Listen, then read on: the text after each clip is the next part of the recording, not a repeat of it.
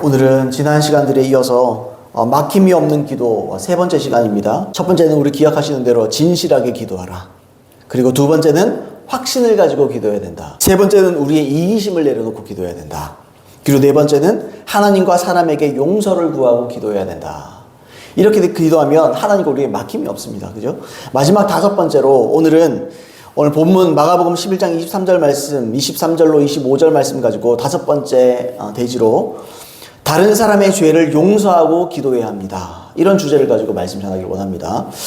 우리 오늘 읽었던 본문 말씀을 제가 다시 한번 읽어보겠습니다. 예수님께서 사람들이 기도 그러면 물론 지금 주제는 하나님과의 교제를 얘기하는 겁니다. 근데 하나님과의 교제를 한번 생각해 보세요. 내가 우리 부모님과 대화하는데 우리 부모님이 예를 드는 겁니다. 우리 부모님이 세상에서 최고의 갑부예요. 진짜 그렇다는 게 아니고 갑부인데 만약에 최고의 부자인데 내가 그 부모님이랑 대화해요. 근데 나는 엄마 아빠 두 분이면 됩니다. 난 그걸로 만족합니다. 난 아무것도 필요 없습니다. 두 분으로 만족합니다. 그럼 바보죠. 엄마 아빠 나 이거 필요한데 좀 돈 좀 주세요. 이게 정상이에요.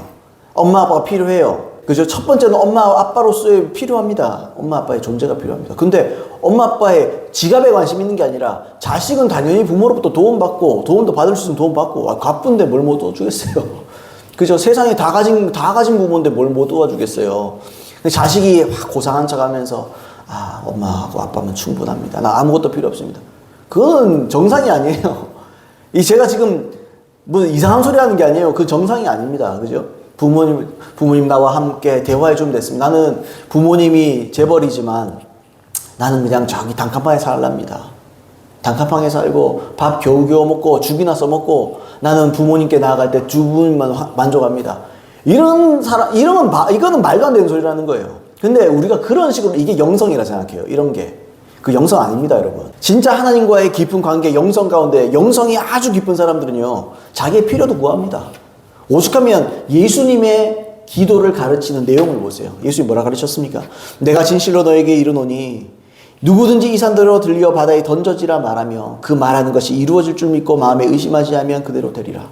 그러므로 내가 너에게 말하노니 무엇이든지 기도하고 구하는 것은 받은 줄로 믿으라. 그리하면 너에게 그대로 되리라. 이렇게 말한다는 거죠.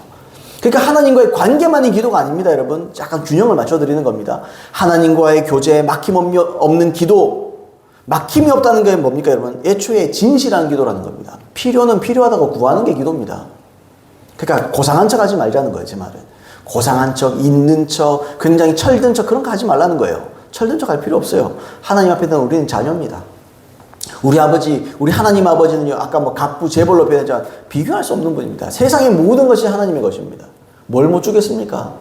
그죠? 우리를 위해서 자기의 독생자를 아낌없이 보내주신 분이 우리를 위해서 뭘 못 해주시겠습니까? 우리가 그런 관점도 필요하다는 걸 제가 말씀드립니다. 25절 제가 읽어보겠습니다. 서서 기도할 때 아무에게나 혐의가 있거든 용서하라. 그리하여 하늘에 계신 너희 아버지께서도 너희 허물을 사하여 주시리라 하시니라. 이렇게 말했습니다. 자, 예수님은 제자들에게 믿음의 기도를 지금 가르치고 계셨죠. 믿음의 기도. 자, 바다에 던져지라 말하며 말한 것이 이루어질 줄 믿고 의심하지 않으면 그대로 되리라. 그러므로 너희가 구해라. 그죠? 말하고 기도해라. 믿음으로 말하고 믿음으로 구해라. 여기서 말하는 것은 우리 인생의 문제를 말하는 거예요. 여기서 산이라는 것. 우리의 인생의 문제, 우리 인생의 어려움들 안다는 거예요. 하나님도 우리가 살다 보면 어려움이 닥치고 고통이 있고 이거 다 안다는 겁니다. 그래서 하나님이 인내도 얘기하고 기도도 얘기하는 거예요. 자, 근데 우리 방금 제가 말씀드렸던 것처럼 믿음의 기도를 가르치잖아요. 근데 25절의 말씀이 뜬금없는 말씀 아닙니까? 갑자기 기도 가르치다가 서서 기도할 때 아무에게나 혐의가 있거든 용서하라. 용서 얘기를 갑자기 한다고요, 하나님께서. 자, 25절 말씀 가장 먼저 25절 말씀이 서서 기도할 때에 이렇게 되어 있지만 이게 한글 번역에서 누락된 번역입니다. 무슨 말이냐면 원어에 카이라는 단어가 중간에 삽입되어 있어요. 그게 무슨 말? 접속사입니다. 접속사. 그러니까 영어로 치면 and입니다. and. 또는 무엇과 무엇 그리고 이런 말이에요. 그러니까 앞에 말과 붙어지는 말이에요. 그러니까 한 세트입니다. 23절부터 25절은 전체가 한 세트라는 말이에요. 그러니까 믿음의 기도를 하려면 용서 문제를 해결해야 된다는 걸 얘기하고 있어요. 이건 다시 말하면 이런 겁니다. 용서하지 않으면 진정한 믿음은 없습니다. 이해되세요, 여러분? 믿음으로, 내가 믿음으로써 기도하려면 하나님께 대한 믿음이 있어야 될 거 아니겠어요? 22절에도 말하잖아요. 하나님을 믿으라.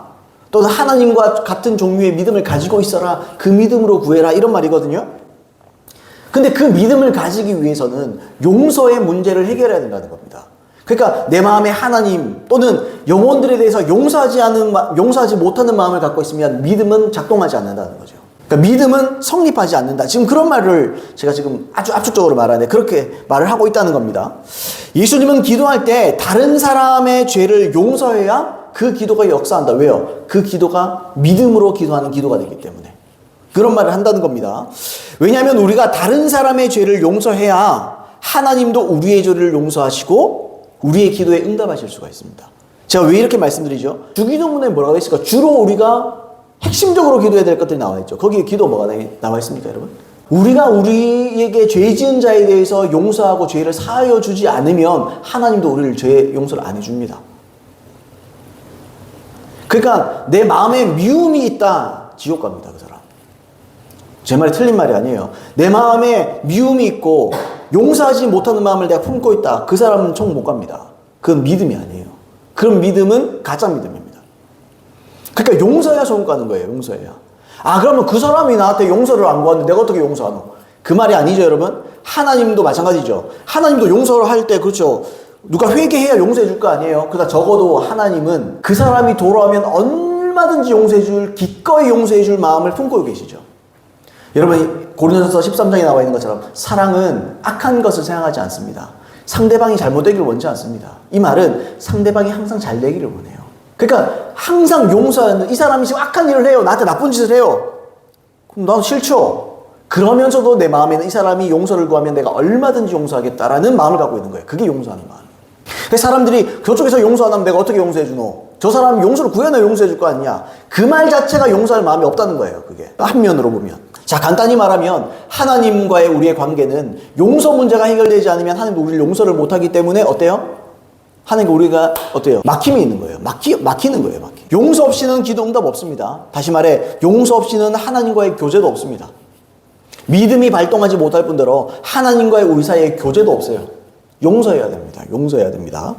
앞에서 하나님께서는 이 자기 자신을 위해서 죄를 용서하신다. 자, 그죠? 사대지에서 말씀드렸죠. 나는 나를 위하여 너의 죄를 용서한다. 그리고 너의 죄를 기억하지 않는다. 제가 그 말씀을 드렸습니다. 그죠? 그래서 똑같아요. 우리에게 그대로 적용됩니다. 우리 자신을 위해서라도 다른 사람들의 과오와 잘못을 용서해야 돼요. 정말 부담스러운 말이지만 실제 그렇습니다. 그래서 이 문제에 대해서 좀 더 자세히 한 몇 가지로 나눠서 한번 살펴보겠습니다. 첫 번째로, 용서해야 자기 마음의 상처가 치유됩니다. 내가 남을 용서하기 전까지는 난 치유 못 받아요.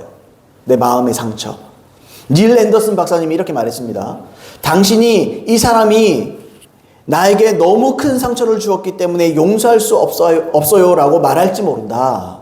그러나 그 사람을 용서할 때까지 당신은 그 사람으로 인해 계속 상처받게 될 것이다. 왜냐하면 당신이 그 과거에서 헤어나오지 못하기 때문이다. 용서는 고통을 중지시킬 수 있는 유일한 방법이다. 이분이 아무튼 임상실험이나 이런 걸 통해서 사람들의 어떤 마음을 치유하는 데 특화된 분이십니다. 근데 이분이 그렇게 말하는 거예요. 자기가 많은 사람들을 겪어봤더니 이렇더라. 상담을 해보고 그렇게 해봤더니 이렇더라는 거예요. 그 사람을 용서할 때까지 당신은 절대로 치유 못 받는다. 계속 상처가 쌓인다. 아, 상처가 막 있고 이런 상태로 그냥 끝나는 게 아니다. 왜요? 과거의 기억이 계속해서 나를 붙잡는 거예요. 그때 그 사람이 날 이렇게 했는데, 그때 내가 얼마나 서운했는데, 그리고 말하고 세양할 때마다 이 상처가 더 벌어지는 거예요. 그 사람은 아무 생각이 없어요. 그냥 그 사람은 아무렇지 않게 그 일을 하고 끝냈지만 나는 그 사람과의 과거에 그 에피소드를 통해서 계속 나는 상처를 받는 거예요. 그 누구 손해예요? 그 사람은 신경도 안 써요. 내 손해입니다. 내 손해. 나만 손해라는 거예요. 계속 내가 용서할 때까지 나는 계속 상처받는 거예요. 그 사람이 죽은 사람이다. 먼저 죽은 사람이다. 그래도 나는 상처받는 거예요. 죽은 사람이라도 용서해버려야 되는 거예요. 산 사람이라도 이 사람이 나에게 용서를 안 구해도 용서할 마음을 가지고, 여러분 뭐라고요? 용서는 기억하지 않는 겁니다. 그 사람이 마치 그런 일을 하지 않았던 것처럼 잊어버리는 거예요. 그래야 상처를 치유받습니다. 유명한 기독교 작가인 필립 얀시라는 사람이 있습니다. 그 사람이 이렇게 말했어요. 용서란 높은 도덕률을 충족시키는 것 용서시키기 위한 것만은 아니다. 용서란 바로 자신을 위한 것이다. 용서로 치유받는 최초의 그리고 많은 경우 유일한 사람은 바로 용서하는 자이다. 진실한 용서는 포로에게 자유를 준다. 그러고 나면 자기가 풀어준 포로가 바로 자신이었음을 깨닫게 된다. 용서보다 어려운 것이 딱 하나 있는데 바로 용서하지 않는 것이다. 그렇게 말했습니다. 용서하지 않으면요, 상처가 계속 나에게 오는 거죠. 나를 막 우리 표현으로 들쑤시는 거예요. 막 쑤시는 거예요. 그게 그런 비슷한 상황. 저도 용서하기 쉽지 않은 부분이 있거든요. 어떤 부분에 있어서. 그래서 그것과 비슷한 상황들, 그것과 비슷한 그때 들었던 내 말, 그런 거 비슷한 것만 나면요, 괜히 예민해집니다. 그리고 굉장히 그게 막 그때 생각이 나요. 그리고 막 구석으로 가서 막 침륜에 빠지고 막 어려움을 겪어요. 지금도 그럴 때가 있어요. 그러면서 이 의지적으로 하는 거죠. 용서합니다. 주님. 용서하겠습니다. 용서하기를 원합니다. 도와주시옵소서. 그렇게 용서를 하는 거예요. 기꺼이 내 마음에 용서할 수 있는 마음이 채워지게 만들어 주시옵소서. 난 그렇게 하는 거죠, 여러분. 여러분, 우리가 용서하기가 참 쉽지 않죠. 용서하기 쉽지 않습니다. 그죠? 용서하기 어렵다는 것은 그만큼 상처가 크기 때문이잖아요. 상처는 아물 때까지 계속 아파요. 우리가 상처 이렇게 있어 봤잖아요. 그죠? 이게 아물기 전에는 계속 아픕니다. 그런데 이 상처는 우리가 용서할 때 치유가 되는 거예요. 새살이 돋는 겁니다. 왜냐하면 용서를 시작할 때, 용서는 다시 말하면 사랑이거든요. 또 사랑을 시작할 때 우리에게 참된 희락과 평강이 임하게 됩니다. 의와 평강과 희락이라. 이 말씀처럼 사랑을 행하면 평강과 희락이 우리를 따라오는 거죠. 우리의 상처는 하나님의 만지심으로만 치유됩니다. 그죠? 이 사랑을 시작하면 하나님의 아까 말씀드린 평강과 희락이 또 이 성령의 열매들이 계속 우리에게 따라오는 거예요. 계속 따라옵니다. 그래서 우리 마음 가운데 오히려 용서를 통해서 만족이 생기는 거예요. 용서를 통해서 행복감이 있는 겁니다. 마음의 상처를 치유하는 것, 이건 하나님이 주시는 행복 외에는 방법이 없어요. 하나님께서 우리에게 행복과 만족이라는 연고를 발라주셔야 됩니다. 근데 언제 발라주시느냐? 내가 용서를 시작할 때, 내가 용서하기로 결단할 때, 내가 용서하기로 마음먹었을 때, 그때부터 그 일은 역사하고 시작되는 거예요. 여러분 꼭 그런 분들 되시기를 예수님으로 축복합니다. 그래서 하나님과의 관계가 열리고 자기 자신을 위해서라도 용서하셔요. 그래야 하나님과의 관계뿐 아니고 천국 갑니다. 그게 아니면 천국 못 가요. 자, 두 번째로 용서해야 기도가 역사합니다. 기도할 때 용서가 먼저예요. 용서가. 자, 야고보서 5장 16절, 오늘 본문을 포함해서 야고보서 5장 16절도 이렇게 말합니다. 그러므로 너희 죄를 서로 고백하며 병이 낫기를 위하여 서로 기도하라. 의인의 간구는 역사하는 힘이 크민이라. 이런 말씀이 있습니다. 이 사도 야고보가 여기서 치유에 대해서 말을 하죠. 치유 기도에 대해서 말을 합니다. 우리가 앞에서 본문에서 이 마가복음을 통해서 확인했던 것처럼 이 믿음의 기도는 반드시 죄 문제를 함께 다뤄요. 성경에서 많은 경우에 그렇게 함께 다룹니다. 그게 무슨 말입니까, 여러분? 기도는 죄 문제에 영향을 받는다는 말이에요. 다시요. 기도는 우리의 죄 문제에 영향을 받습니다. 그러니까 죄 짓고는 기도해도 응답 없어요. 죄 짓고는 회개하지 않고 돌이키지 않고 계속 기도한다. 그건 아무런 의미가 없습니다. 그 내 마음에 만족도 없고 내 안에 평안도 없고 응답도 없고 하나님과의 관계도 없습니다. 그게 답답한 거예요. 그래서 어떤 경우에 우리가 기도할 때 답답하다, 기도가 잘 안 된다. 죄부터 얘기를 해야 돼요. 내가 지은 죄는 없는가? 하나님께 빨리 물어보세요. 그때는 하나님께서 가르쳐 줍니다. 내가 이런, 아니면 내 양심에다가 물어보세요. 내 양심이 다 알고 있습니다. 여기 보시면 의인의 간구는 역사하는 힘이 크다. 그렇게 말했습니다. 의인의 힘은 역사하는 힘이 크다. 그래서 우리가 다 죄인인데 우리가 의인이 아닌데, 물론 맞아요. 그 말도 맞습니다. 근데 의인이 뭡니까? 의인은 누굽니까, 여러분? 의인은 성경의 개념 중에 하나로서 물론 의인은 예수님의 보혈의 공로가 덮인 사람이 의인입니다. 죄인인데 예수님 인구가 구주로, 회개하고 예수님 인구가 구주로 모셔드리면 예수님의 보혈이 우리를 덮어주잖아요. 그럼 우리가 의인입니다. 그걸 칭의라고 부르는 거예요. 이해되시죠? 무슨 말이지? 근데 이런 개념도 있고 또 한 가지 개념이 더 있습니다. 누가복음 15장 7절 말씀에 이런 말씀이 있습니다. 내가 너에게 이르노니 이와 같이 죄인 한 사람이 회개하면 하늘에서는 회개할 것이 없는 의인 아흔아브로 말미암아 기뻐하는 것보다 더하리라 그랬습니다. 여기서 의인이 누굽니까? 회개할 것이 없는 거예요.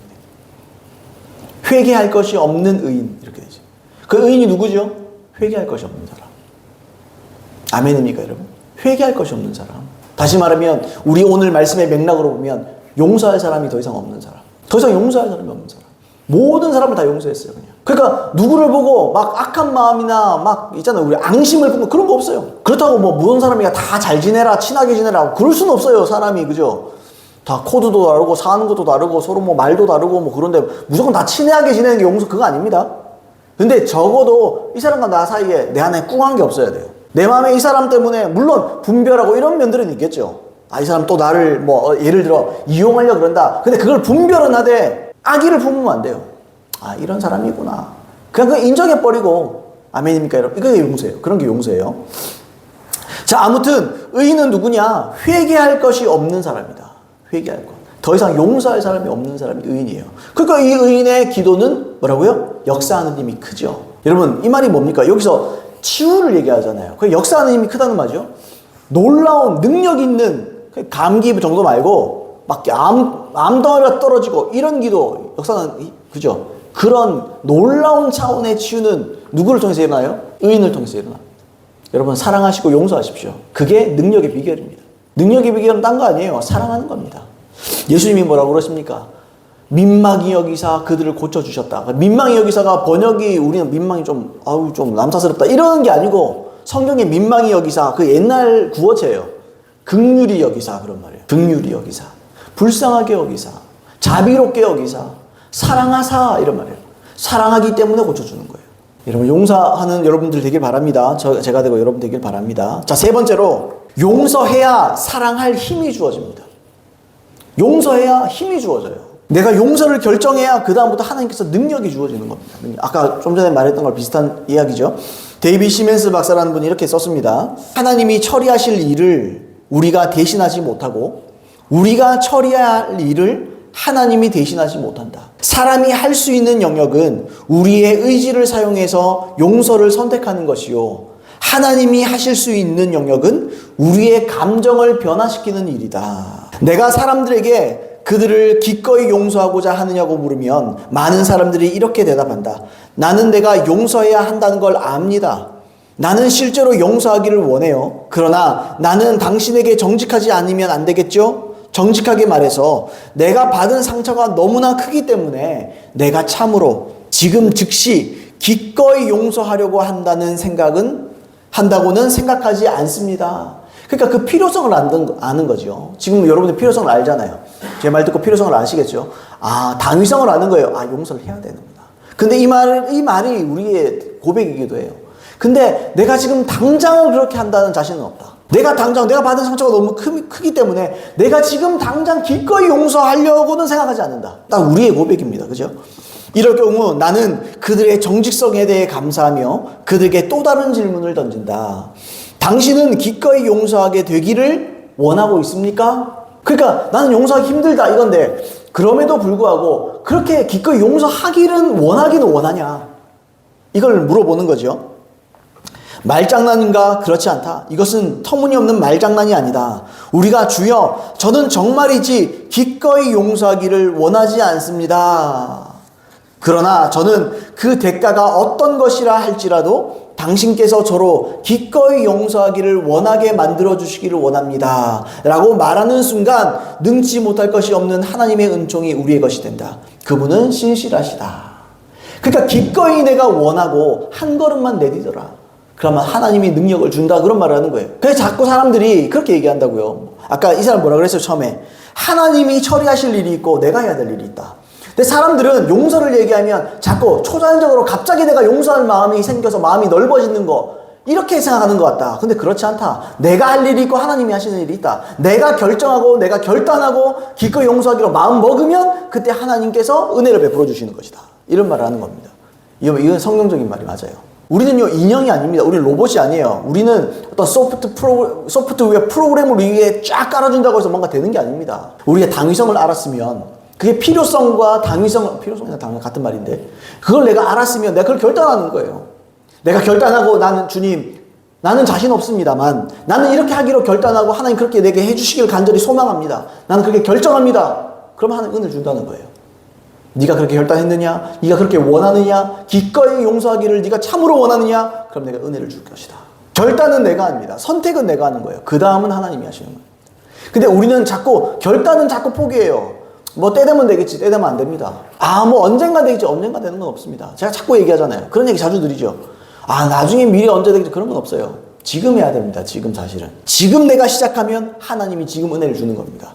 내가 언젠간 되겠지, 여러분 미래에 우연한 기회에 하나님께서 은혜 주시면 그런 건 없어요. 내가 원해야 은혜 주는 겁니다. 구원도 그렇잖아요. 구원도. 하나님의 복음을 내가 지금 선택해야 은혜가 임하는 거지. 복음이 있는데 언젠간 가까이 하다 보면 돼. 그런 거 없어요. 그래서 여러분 선택해야 됩니다. 한 예를 들어드리길 원합니다. 코리 텐 붐 여사 아십니까? 코리 텐 붐. 이 사람이 네덜란드 사람이에요. 예, 네덜란드 사람인데 이 사람이 여성 최초의 시계를 이렇게 수리할 수 있는 최초의 여성 이렇게 기능사 기능인 그런 분입니다. 코리 텐 붐 여사. 이분이 이제 2차 세계대전 중에 살았던 분이에요. 이분과 이분의 가족들이 굉장히 그리스도인, 독실한 그리스도 집안에서 신앙생활을 하고 살고 있던 집안이었습니다. 근데 2차 세계대전 중에 독일 나치가 이렇게 난리 부렸잖아요. 근데 유대인들을 너무 괴롭히고 학살하고 이러니까 이 사람들이,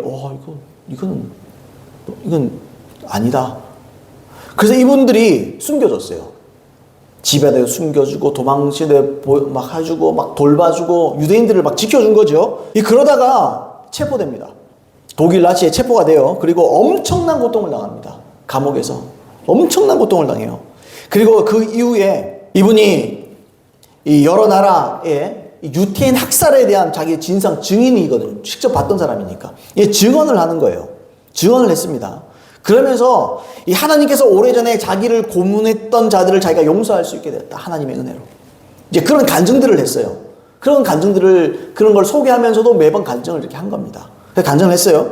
근데 어느 날 독일 뮌헨의 한 교회에서 그 얘기도 했죠. 여기서 이제 예배를 다 마치고 간증을 했어요. 그래서 자기는 용서하게 됐다. 이런 하나님의 은혜를 통해서 내가 그런 나치들, 그런 사람들에 대해서 내 용서하는 마음을 가지게 되었다. 그 하나님의 은혜가 이제 그렇게 됐다. 이렇게 됐어요. 근데 이렇게 설교를, 간증을 쭉 하고 있는데, 아까 얘기했잖아요. 독일 뮌헨의 한 교회라고 그랬잖아요. 있는데, 이 회중 속에서 나치 친인의 장교가 한 명 앉아 있는 거예요. 그러니까, 코리 텐 붐 여사가 수용소에 있을 때 샤워룸의 출입문을 지키던 장교였던 거예요. 근데 그런 게 없잖아요. 다 벌거벗기고 그냥 씻기고 얼마나 수치스럽습니까? 그게 딱 발견한 거죠. 그러니까 자기가 간증하다가 쇼크를 받은 거예요. 내가 용서한다, 나 할 수 있게 됐다, 이렇게 고백했는데, 진짜 그 사람이 있는 거예요. 이 사람이 숨어있던 고통스러운 기억들이 딱 올라오는 거예요. 딱 건드려지니까. 자기가 벌거벗겨 다녔을 때, 모욕을 당했을 때, 수치심, 자기 언니가 거기서 죽어갔거든요. 그런 것들, 고통스러운 기억들이 떠오르는 거예요. 그러니까 그 사람을 딱 보고 간증을 하지만 간증하면서도 복수심이 타오르는 거예요. 내가 저거 죽였으면 좋겠다. 복수심이 불타오르는 거예요. 끌어오르는 거죠. 그리고 어쨌든 간증을 끝까지 잘 마쳤습니다. 마치고 나서 아까 장교였던, 독일 나치 장교였던 그 사람이 다 와서 그렇게 얘기하는 거예요. 악수를 청하면서. 자매님, 당신의 말씀에 감사드립니다. 나는 자매님이 말씀하신 것, 하나님이 나를 용서하시고 내 죄를 깨끗이 씻기셨다는 것을 믿습니다. 이렇게 말하니까 이 사람이 이제 도는 거죠. 와, 내 죄를 다 용서했습니다. 이 사람은 용서를 구한 것도 아니고 하나님 앞에 용서를 구해서 이제 씻겨줬다. 나치가 내가 그렇게 했지만 씻김을 받았다. 이런 말 들으니까 이 사람이 증오심이 생기는 거예요. 이게 손을 쥐어뜯을까 말이야. 그런 생각이 들었을 것 같아요. 악수를 못 하는 거예요. 손을 딱 내밀었는데 그 말을 듣고 차마 자기가 악수를 못 하는 거예요. 악수를 못 해요. 근데 주의 성령께서 이 코리 텐 붐 여사에다가 마음에다 말씀하십니다. 뭐라 그랬냐면, 코리, 내 손을 내밀어라. 그러기만 하면 된다. 네가 먼저 손만 내밀어라. 그러면 그 다음 내가 알아서 하겠다. 이런 거죠. 그래서 용서할 수 있는 힘을 이렇게, 주시고자 이런 절박한 기도를 하면서 이 사람이 손을 딱 내밉니다. 근데 손을 딱 붙잡는 그 순간에 전류가 통해요. 이 속에서부터 전류가 통하기 시작합니다. 그러니까 하나님의 우리를 향한 용서하신 은혜가 깨달아지는 거예요. 그러면서 그렇게 고백해요. 나는 하나님께 순종해서 내 손을 내밀었습니다. 그뿐이었습니다. 나머지는 하나님이 다 하셨습니다. 그러면서 이 사람 진짜 용서하게 됩니다. 코르텐 붐 여사가 이때 진짜로 용서하게 되는 거예요. 손을 내밀었을 때. 자기는 용서할 수 있을 줄 알았어요. 자기는 용서한 줄 알았어요. 근데 그 사람을 딱 보니까 용서 안 했구나를 알게 되는 거죠. 증오심이 막 생기는 거예요. 근데 하나님의 말씀 그대로 순종하고 손을 내밀었더니 하나님께서 깨닫게 하시는 거죠. 내 사랑을 깨달아라. 내 사랑을 깨달아라. 아멘입니까, 여러분? 이처럼 내가 용서를 시작해야 용서할 수 있는 능력이 주어집니다. 그게 은혜라는 거예요. 주어진 능력, 그걸로 인생을 승리하고 사는 거 아닙니까? 그죠? 그게 은혜입니다. 은혜. 용서할 수 있는 은혜. 이건요, 그냥 안 옵니다. 모든 것이 다 그래요. 모든 것이. 여러분, 죄로부터 이기는 것도 마찬가지예요. 죄로 이기는 능력을 내게 부어주시옵소서. 그러면서 죄 짓기 쉬운 환경에 있으면 죄 짓지고 죄 안 짓겠어요. 그죠?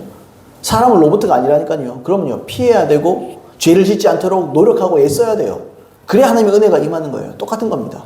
용서도 똑같아요. 내가 용서하겠다고 마음 먹고 손을 내밀어야 되는 거예요. 그런 기회가 왔을 때. 또 어떤 내가 용서하지 못하는 사람들을 봐야 된다. 뭐 이렇게 해야 된다 그러면요. 어떻게 해야 됩니까? 손을 뭐 내밀어라. 뭐 이런 것도 있겠지만 내 마음에 악의를 품지 않는 거예요. 내 마음에 앙심을 품지 않는 거예요. 용서합니다. 주님. 하나님 앞에 내 용서하기를 원하고 하나님 지금 이 시간은 은혜를 구하기를 간절히 소망합니다. 그렇게 그 사람을 대하기 시작하면 됩니다. 그럼 용서할 수 있습니다. 자, 마지막 네 번째로 용서해야 천국에 들어갑니다. 마태복음 18장 21절로 35절 좀 긴 말씀인데 제가 한번 읽어보겠습니다. 그때 베드로가 나와 이르되 주여 형제가 내게 죄를 범하면 몇 번이나 용서하여 주리이까 7번까지 하오리까 예수께서 이르시되 내게 이르노니 7번뿐 아니라 7번을 70번까지라도 할지니라. 그러므로 천국은 그 종들과 결산하려 하던 어떤 임금과 같으니 결산할 때에 10,000달란트 빚진 자 하나를 데려오매 갚을 것이 없는지라. 주인이 명하여 그 몸과 아내와 자식들과 모든 소유를 다 팔아 갚게 하라 하니 그 종이 엎드려 절하며 이르되 내게 참으소서 다 갚으리이다 하거늘 그 종의 주인이 불쌍히 여겨 놓아 보내며 그 빚을 탕감하여 주었더니 그 종이 나가서 자기에게 100데나리온 빚진 동료 한 사람을 만나 붙들어 목을 잡고 이르되 빚을 갚으라 하매 그 동료가 엎드려 간구하여 이르되 나에게 참아주소서 갚으리이다 하되 허락하지 아니하고 이에 가서 그가 빚을 갚도록 옥에 가두거늘 그 동료들이 그것을 보고 몹시 딱하게 여겨 주인에게 가서 그 일을 다 알리니 이에 주인은 그를 불러다가 말하되 악한 종아 내가 빌기에 내가 내 빚을 전부 탕감하여 주었거늘 내가 너를 불쌍히 여김과 같이 너도 내 동료를 불쌍히 여김이 마땅하지 아니하냐 하고 주인이 노하여 그 빚을 다 갚도록 그를 옥졸에게 넘기니라. 너희가 각각 마음으로부터 형제를 용서하지 아니하면 나의 하늘아버지께서도 너희에게 이와 같이 하시리라. 그랬습니다. 10,000달란트 빚진 사람이 있었습니다. 이 사람이 임금에게 싹싹 빕니다. 그죠? 10,000달란트 그래서 빚을 탕감해줘요. 근데 이 사람, 이 탕감을 받았죠. 그러니까 빚을 안 갚아도 되잖아요. 근데 이 사람이 나가서 어떻게 합니까? 자기 동료 중에 100데나리온을, 그러니까 달란트하고 데나리온은 수가 달라요. 그러니까 상대적으로 아주 작은 돈을 빌려준 사람에게는 목 뒤름을 잡고 돈 갚아라. 아, 갚아줄게. 갚을게. 진짜 갚을게. 그러니까 뭐라 그래요? 아니다. 넌 옥에 가둬버려요. 경찰에 신고해버립니다. 맨날 사기 당해도 용서해주라. 제가 그런 말씀 드리는 게 아니에요. 이 교훈을 삼으라는 거예요. 교훈을. 이런 원리를 기억하라는 거예요. 자, 그랬더니 어떻게 해요? 어떤 사람이 일러줘버려요. 왕에게. 저 사람이 당신이, 그죠? 10,000달란트를 탕감시켜준 사람이 100데나리온 빚진 사람에게 저 괴롭힌다고. 돈 갚으라고 저렇게 한다. 뭐 이렇게 말을 하는 거잖아요. 그죠? 자, 24절에 이렇게 되어 있습니다. 10,000달란트 빚을 탕감해준 임금이 10,000달란트 빚진 자를 그 빚을 다 갚도록 오히려 그 사람을 다시 집어쳐넣죠. 옥에다가. 10,000달란트가 얼마일까요? 지금식으로 따지면. 그러니까 10,000달란트니까 1달란트가 6,000데나리온입니다. 1달란트가 6,000데나리온이에요. 근데 이 6,000데나리온이면 어느 정도의 당시에 어떤 정도의 값어치냐면 성인 남성이 20년 일한 거를 밥도 안 먹고 그대로 모아야 모을 수 있는 돈이에요. 6,000데나리온. 그러니까 1달란트가. 그러니까 1만 달란트 탕감해 준 게 뭐 얼마냐면 성인 남자가 20만 년 일해야 갚을 수 있는 돈이에요. 20만 년. 그러니까 이 말은 뭐냐? 못 갚을 돈이라는 거예요. 그러니까 우리의 구원이 갚을 수 없을 만큼 큰 구원이라는 거죠. 엄청난 이 은혜를 받았다는 거예요, 우리가. 근데 하물며 우리가 용서하지 못할 사람이 있겠냐는 거예요, 하나님 말은. 내가 너희를 용서한 이렇게 큰 은혜를 용서했는데, 야, 너희들 인생에서 있었던 일들 여기에 비하면 아무것도 아니지 않느냐. 물론 그럴 수 있어요. 어떤 악인이 내 자식을 죽였다. 와, 그건 얼마나 생각만 해도 피가 거꾸로 섞으면 죽여버리고 싶고 그렇지 않겠어요, 그죠? 사랑의 원자탄 보세요. 아들 목사님 보세요. 자기 자식이 그때 당시에 죽창을 들고 그 공산주의자들 그좀 막 일어나잖아요. 혁명이 일어나니까 자기 자식 죽어요. 그 창에 맞아가지고. 그 목사님이 어떻게 해요? 그 사람을 용서해 버려요. 자기 아들을 죽인 그 사람을 용서해 줍니다. 그리고 자기 양아들 삼습니다. 그 자기 자식을 죽여서도 그렇게 하는 게 기독교 정신인 거예요, 그게. 그게 그리스도인인 거예요, 그게. 그러니까 그만큼 우리는 큰 용서를 받았다는 겁니다. 그런데 그에 비해서 우리의 인생에서 겪는 우리의 기준에서 용서하지 못할 일들 얼마나 장려하는 거예요. 아, 저 사람이 나에게 말로 상처를 줬네. 저 사람이 나를 좀 괴롭혔네. 물론 알아요. 그 피해자의 심정을 모르는 거 아닙니다. 하나님은 그 이해하십니다. 얼마나 괴롭고 고통스럽고 왕따 당한 애들 보면 나 안타까워 죽겠어요. 뭐 요즘에 영화, 뭐 드라마 이런 거 왕따 당한 애들이 막 열심히 막 운동을 하고 해가지고 특수한 능력을 받아가지고 막 복수하는 복수극. 저는 그런 거 못 보겠더라고요. 복수 때문에 못 보는 게 아니라 그 괴롭힘 당하는 것 자체를 못 보겠어요. 내 자식 같아가지고. 피가 거꾸로 솟는 거 아닙니까, 여러분? 그 얼마나 힘든 일입니까? 그런데 여러분, 하나님은 우리에게 용서하라 그러십니다. 하나님께서 피해자의 마음을 모른다는 게 아니에요. 그 상처 입은 모든 것들은 하나님으로 말미암아 감싸주겠다는 거예요. 하나님의 사랑으로 덧입혀주겠다는 거예요. 회복시켜주겠다는 거예요. 다만 용서하라는 겁니다. 왜요? 보세요. 내가 용서하지 않고 보복심으로 살다가 죽으면 지옥 갑니다. 그만큼 불행한 인생이 있나요? 인생을 살다가 용서하지 않고 살다가 죽어서도 지옥 가네? 그러면 지옥에서 살다가 지옥까지 가는 거예요. 얼마나 안타깝습니까, 저요? 하나님 그래서 말씀하는 거예요. 이 땅 가운데 용서해라. 이 땅이 네 마음이 천국이 돼야 된다. 그래서 죽어서 또 천국 와라. 하나님 이런 마음인 거예요. 이런 마음. 지옥처럼 보복하고 싶고 능력은 안 되지. 여러분 나를 괴롭혔다는 건 나보다 힘이 세든지 나보다 능력이 있든지 나보다 돈이 많든지 이런 사람들 아니겠어요? 그런 사람들인데 내가 뭐 한다고 이 사람 복수할 수 있겠어요? 이 사람을 죽이지 않은 사람 내가 복수할 수 있겠어요? 죽인다고 모든 게 끝납니까? 자기의 마음이 시원해집니까? 그렇진 않거든요. 그러니까 하나님은 그걸 다 아는 거죠. 그러니까 용서해라. 용서하고 마음에 결정해라. 그러면 내가 다 해줄게. 그러면 네 마음을 내가 붙잡아 줄게. 내 사랑과 내 은혜로 너를 회복시켜 줄게 내가. 그리고 그를 용서해 버려라. 그래야 네가 죽어서도 천국에 올 수 있다. 여러분 우리의 삶 가운데 참 속 터지고 답답하고 용서 못할 일들이 있다면 십자가를 생각하세요. 예수님의 십자가를 그분이 무슨 죄가 있어서 죽으셨습니까? 예수님 아무런 죄가 없어요. 솜털만큼의 죄도 없습니다. 근데 그분이 우리를 위해서 대신 죽었습니다. 우리를 사랑해서. 여러분 그분의 희생을 생각하면 아무것도 아니에요. 우리 인생에 어떤 상처되는 것들 아무것도 아닙니다. 토마스 왓슨이 이렇게 말했습니다. 사람은 믿지 않음으로 인하여 지옥에 가는 것과 같이 마찬가지로 용서하지 않음으로써 지옥에 갈 수 있다. 아까 본문 말씀이 그랬잖아요. 35절에 각각 너희 마음으로부터 형제를 용서하지 아니하면 나의 하늘 아버지께서도 너희에게 이와 같이 하시리라. 용서하면 나도 용서한다. 딱 그 말입니다. 자, 그 다음에 D.L. 무디도 말했습니다. 당신이 하나님 나라의 문을 통과하려면 먼저 용서의 문을 통과해야 됩니다. 꼭 용서하는 여러분들이 되길 바랍니다. 결론을 말씀드립니다. 우리가 어떻게 하면 하나님과 막힘없이 교제의 기도를 할 수 있는가에 대해서 우리가 나눠봤습니다. 한 5가지였죠. 한번 정리해 봅시다. 첫 번째, 꾸밈없이 진실하게 기도해야 됩니다. 하나님 앞에 나아가는데 뭐 꾸미고 자시고 외식할 필요 없어요. 있는 그대로 나가세요. 죄를 졌습니까? 죄를 있는 그대로 나가세요. 회개할 마음으로 나가세요. 그러면 돼요. 그 다음에 두 번째는 뭐였습니까? 하나님께 대한 확신과 기대감을 가지고 나가세요.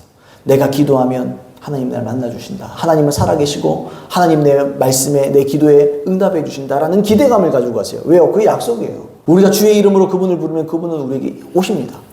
그걸 믿어야 되는 거죠. 그리고 세 번째는요. 이기심으로 기도하지 마세요. 나를 위해 단순히 내 가족, 내 거, 내 사역, 내 성공 단순히 그런 걸로 기도하지만 그러니까 응답이 안 되는 거예요. 먼저 그의 나라와 그 의를 구하는 겁니다. 하나님의 나라의 관점에서 내가 있는 거예요. 나를 인식하는 거예요.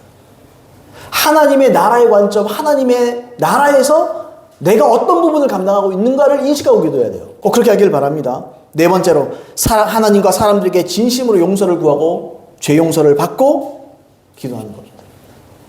회개하라는 거. 우리 다섯 번째 대지에서 내가 용서를 해주는 것 전에 내가 먼저 용서를 구해라. 다섯 번째, 아까 말씀드렸던 대로 내가 용서해야 할 사람들을 용서해라. 자, 이 다섯 가지입니다. 여러분, 우리 기본적인 다섯 가지로 행하게 될 때 하나님 앞에 나아갈 수 있는 담력을 얻습니다. 이 다섯 가지만 되면 아무것도 걸릴 게 없습니다.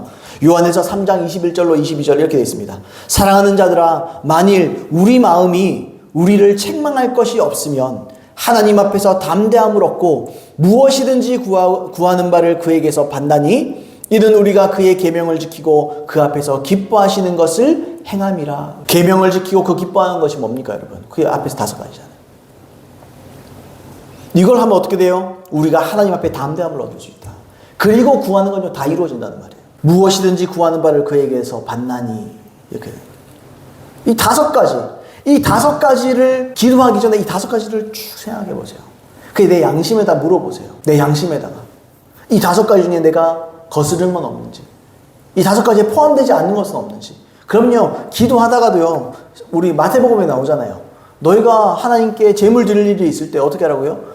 형제하고 분란이 있으면 재물을 내버려 두고 빨리 그 형제랑 화해를 한 다음에 예물을 드려라고 해요. 기도도 똑같아요. 기도하는데 어떤 사람과의 막 좀 다툼이 있었고 막 이런 게 있었다. 그러면 빨리 용서를 구하든지 빨리 회복하세요. 그리고 기도해 보세요. 그럼 다릅니다. 기도의 문이 활짝 열립니다. 자, 꼭 그런 저와 여러분 되기를 예수님으로 축복합니다. 하나님과의 교제에 막힘이 없기를 예수님으로 축복합니다. 여러분, 죄를 다 내려놓고 용서할 거 다 용서하고 이기심 다 버리고 하나님과 우리 사이에 아무런 담과 아무런 이렇게 막혀진 것이 없이 뻥뻥 뚫리게 되기를 바랍니다. 여러분, 동맥경화 아시잖아요. 동맥경화. 이 자꾸 기름지고 너무 이런 것만 먹으면, 콜레스테롤 높은 이런 것들 먹으면 이 피가 혈전처럼 생기잖아요. 피가 이렇게 굳어요.